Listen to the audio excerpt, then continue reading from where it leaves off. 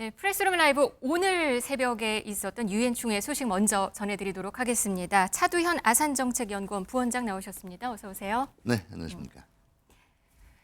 네, 매년 9월에 열리는 유엔 총회는 전 세계 정상들과 각국의 정상과 대표들이 모여서 발표하는 자리입니다. 국제사회 현안과 외교 정책들을 소개하는 대규모 세계 최대의 다자 외교 무대인데요.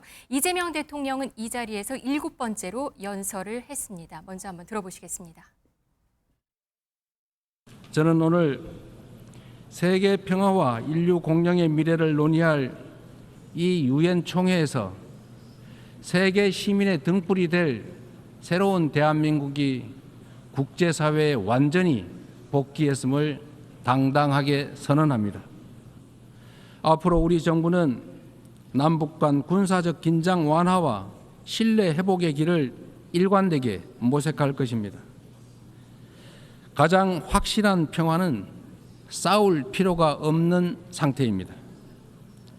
교류, 관계 정상화, 비핵화, 즉 END를 중심으로 한 포괄적인 대화로 한반도에서의 적대와 대결의 시대를 종식하고 평화 공존과 공동 성장의 새 시대를 열어가야 합니다.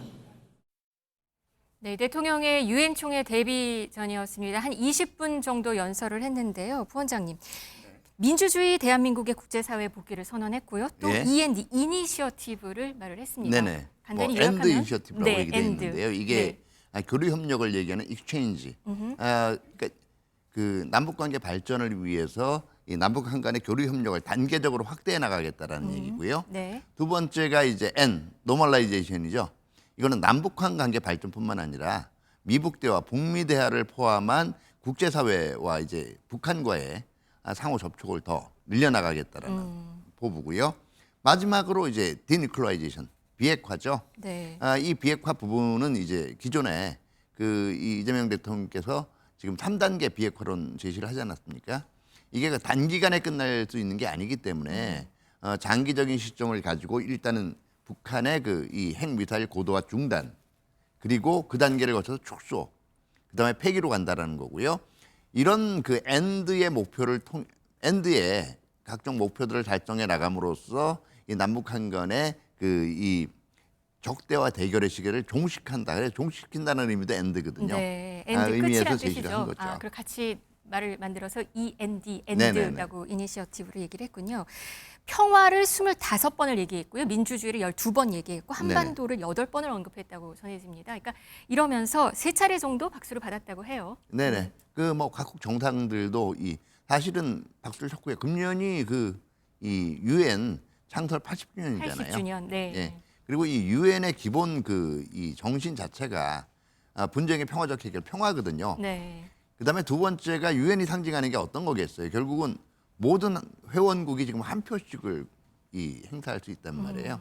이게 민주거든요. 네. 그러니까 유엔 가치 자체가 주요 키워드들로 자주 언급이 됐기 때문에 그만큼 많은 박수를 받을 수밖에 없는 거죠. 네. 근데 조금 이제 아쉬운 부분들이 있어요. 뭐요? 우리가 지금 그러면 엔드 구상과 구상해서 우리가 이제 각 구상들이 서로 연결이 돼야 되잖아요. 그러면 북한의 비핵화 3단계에 따라서 교류 협력은 어떻게 될 건지 아마 이 부분들은 총회 연설에 다 담을 수는 없었다는 아쉬움이 있습니다. 네, 20분 정도였으니까요. 예, 네. 그다음에 이제 그동안 우리 역대 정부가 유엔 총회 가서 이제 연설을 한 걸 들어보면 사실은 그 20분 중에서 상당히 많은 부분을 이제 그 국제적인 문제에도 할애를 했습니다만 네. 주로 이제 한반도 문제에 대해서 각 정부가 자신들이 추진하는 정책에 대해서 이제 호응을 해달라, 지원해달라 이런 얘기들 하는데 네. 이게 사실은 그러려면 국제사회의 눈높이에서 얘기를 해야 되거든요. 그럼 엔드를 했을 때 이게 지역이나 국제사회의 이익에 어떻게 도움이 되는지. 그다음에 이게 그 이거 말씀을 하셨어요. 평화공존과 공동성장의 새 시대를 함께 열어간다라고 얘기했는데 결과적으로 엔드 이니셔티브를 통한 북한의 변화가 어떻게 지역과 세계에 공동 번영과 평화로 연결되는지 이 메시지가 조금 더 들어갔으면 간략하게라도 더 좋지 않았을까 하는 생각이 듭니다. 이 한반도 정책을 설명하면서 북한 대표단 자리를 쳐다보면서 얘기를 했다고 네네. 전해지고 있습니다. 그러면서 비핵화는 엄중한 과제는 분명하지만 단기간에 해결되기는 어렵다. 실용적이고 뭐 현실적이고 합리적인 방안을 모색해야겠다. 이런 네네. 얘기도 잠깐 덧붙였습니다. 의미가 있을까요? 그렇죠. 근데 그 뭐 북한 그 대통령실 발표에 의하면은 한두 명 정도가 자리를 지키고 있었다라고 해요. 근데 지금 이제 북한 같은 경우에는 지금 외무성 부상인 그 김선경이 참석을 했거든요. 네. 근데 아마 김선경이 실제로 그 자리에 있었는지는 지금 확인은 안 되고 있는데 네. 뭐 북한 같은 경우에 원론적으로 지금 적대행위 안 하겠다라는 데 대해서는 뭐 공감하는 표정을 지었을 수도 있죠. 근데 그동안 계속 북한이 얘기해오는 게 비핵화 가지고는 얘기 안 하겠다는 거 아니겠어요? 네. 뭐 그러기 뭐 유엔 총회 자리이기 때문에 여기서 뭐 특별히 반박이나 이런 게 있을 수는 없겠지만은 그냥 무덤덤하게 듣지 않을까 생각이 들어요. 네. 트럼프 대통령은 두 번째로 연설을 했습니다. 그리고 여기서 발표한 건 6년 만인데요. 보통 정상들이 한 20분씩 발표를 하는데 트럼프 대통령 1시간 가까이 연설하는데 시간을 썼다고 합니다. 그러면서 본인이 7개의 전쟁을 종식을 시키는 동안에 유엔은 전화 한 통화가 없었다. 이렇게 얘기를 했어요. 그래서 유엔을 강력히 비판도 했다고 합니다. 네. 원래 이제 주어진 연설 시간보다 길게 얘기하는 건 트럼프 대통령 특기이기도 해요. 네. 이거는 뭐 그 국정 연설도 그랬고요. 대체적으로 이제 본인의 치적을 비판하면서도 이제 본인의 치적을 주로 얘기하면서. 네. 제시를 하면서도 유엔의 기능에 대해서 이제 은근히 비판을 했다는 게 어떤 의미냐면 네. 지금 트럼프 대통령이 유엔에 대해서 가지고 있는 인식이라는 거는 유엔이 실질적으로 이 중국이라든가 이런 그 수정주의 국가들한테 장악이 돼가지고 제대로 된 그 분쟁 그 이 해결의 중재자 노릇을 못 하고 있다라는 얘기예요. 유엔이 중재자 역할을 제대로 못하고 있다. 그다음에 유엔 네. 산하 기구들도 사실상 네. 대부분 네. 이 새로운 이제 이런 중국이라든가 이런 도전 세력에 의해서 장악이 돼 있기 때문에 이 일종의 유엔이 기능 부정돼 있다라는 걸 이번 연설을 통해서 굉장히 강하게 꼬집은 거죠. 노벨 평화상을 받고 싶어하는 속내도 드러냈다라는 얘기도 있습니다. 네네. 본인을 대해서. 그리고 불법으로 미국으로 온다면 감옥행, 그리고 기후변화는 대사기극이다. 이런 말도 덧붙였습니다. 그런데 트럼프 대통령이 북한에 대해서는 일절 언급을 안 했습니다. 이번에는. 근데 최근 김정은 위원장이 트럼프 대통령에게 좋은 추억을 갖고 있다라는 얘기도 한 상황이잖아요. 네네. 기존과 달리 트럼프 대통령이 침묵을 선택하는 어떤 이유가 좀 있을까요? 네, 제가 보기에는 아마 뭐 대부분 해석을 하는 게 북한을 자극하지 않기 위해서 그랬다라는 이제 얘기. 이제 다시 말해서 미국 대화 가능성을 열어놓고 있다라는 네. 의미에서 그랬다라는 얘기. 그 해석도 일부는 타당합니다만 사실 현실적으로 보면 그만큼 지금 트럼프 행정부가 추진하고 있는 외교 정책의 우선순위에서는 미국 협상이라든가 북한 문제가 단기적인 한에 좀 멀어져 있다라는 얘기예요. 급한 게 아니다. 예, 그러니까 우선순위에서, 지금 집중적으로 유엔에서 얘기하려는 의제의 우선순위에서는 좀 떨어져 있다라고 본다는 거죠. 그렇게도 해석이 가능하고요. 네네네. 아니, 또 북미 대화 가능성이 좀 있는 거 아닌가라는 해석도 있어서 좀 여쭤봤습니다. 네, 그걸 염두에 두고는 있을 거예요. 트럼프 행정부 자세 자체가 항상 우리는 그 결과적으로는 열려 있다라는 거예요, 대화에 대해서. 근데 리셉티브하다라고 표현을 하는데 이게 어떤 의미냐면 북한이 대화를 하자라고 이제 나서면 얼마든지 받아들일 그 생각이 있다라는 거거든요. 네. 그러니까 먼저 아쉬운 소리 하지는 않겠다라는 얘기예요. 네. 그런데 이번 트럼프 대통령이 이번 유엔 총회장 들어오는 길에 에스컬레이터는 고장이 났고요. 또 프롬프터도 고장이 났다고 합니다. 이 얘기로 오늘 연설을 시작했다고 하는데 한번 들어보시겠습니다. Thank you very much. Very much appreciated.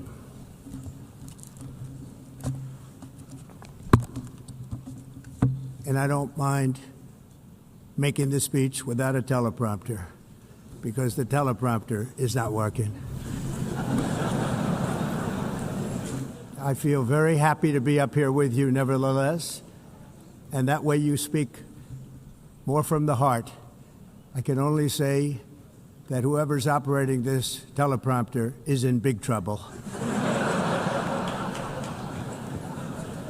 All I got from the United Nations was an escalator that on the way up stopped right in the middle.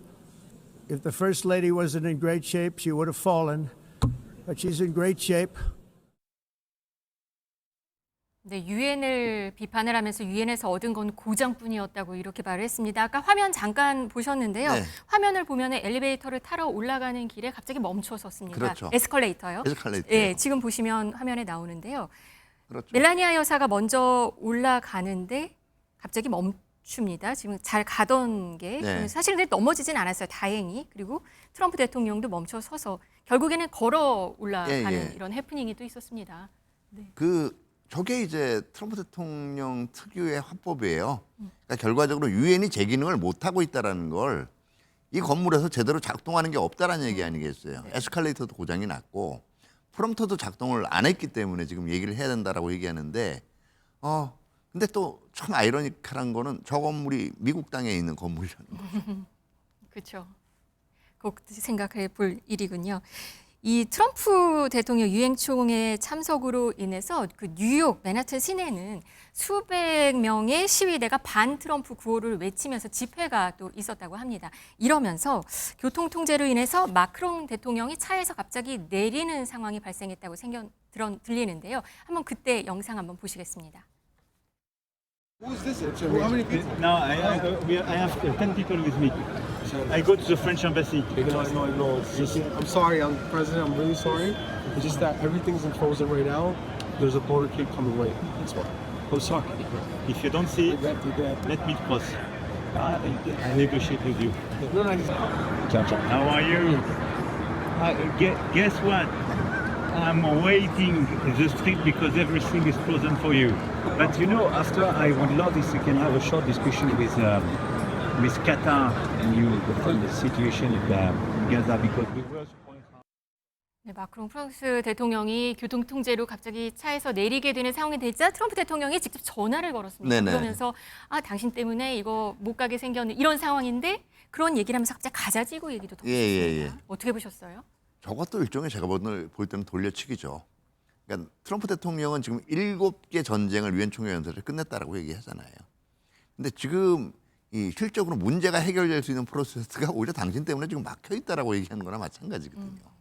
두 분이 지금 친한가 봐요. 그래도 한 라인으로 전화를 바로 하니까. 네네. 그 부분도 좀 캐치되는 포인트로 보이는데요. 그렇죠. 그러니까 그만큼 트럼프 대통령이 직접적으로 그러니까 탑다운 어프로치. 그러니까 어차피 정상들끼리 만나거나 가장 책임이 있는 인물들끼리 직접 협상하는 걸 굉장히 좋아하기 때문에 저 전화 받는 거를 뭐 꺼려할 이유는 없어요. 더더구나 이제 미국하고 프랑스 관계라는 것도 네. 사실은 여러 가지 이견이 있긴 하지만 뭐 나토 내에서도 그렇고 미국이 유럽에 있는 동맹국들을 대할 때 가장 가까운 거리에 있기 때문에 직접 네. 통화는 가능하죠. 알겠습니다. 지금까지 유엔 총회 소식 좀 전해드렸습니다. 차두현 아산정책연구원 부원장과 함께했습니다. 고맙습니다. 네, 감사합니다.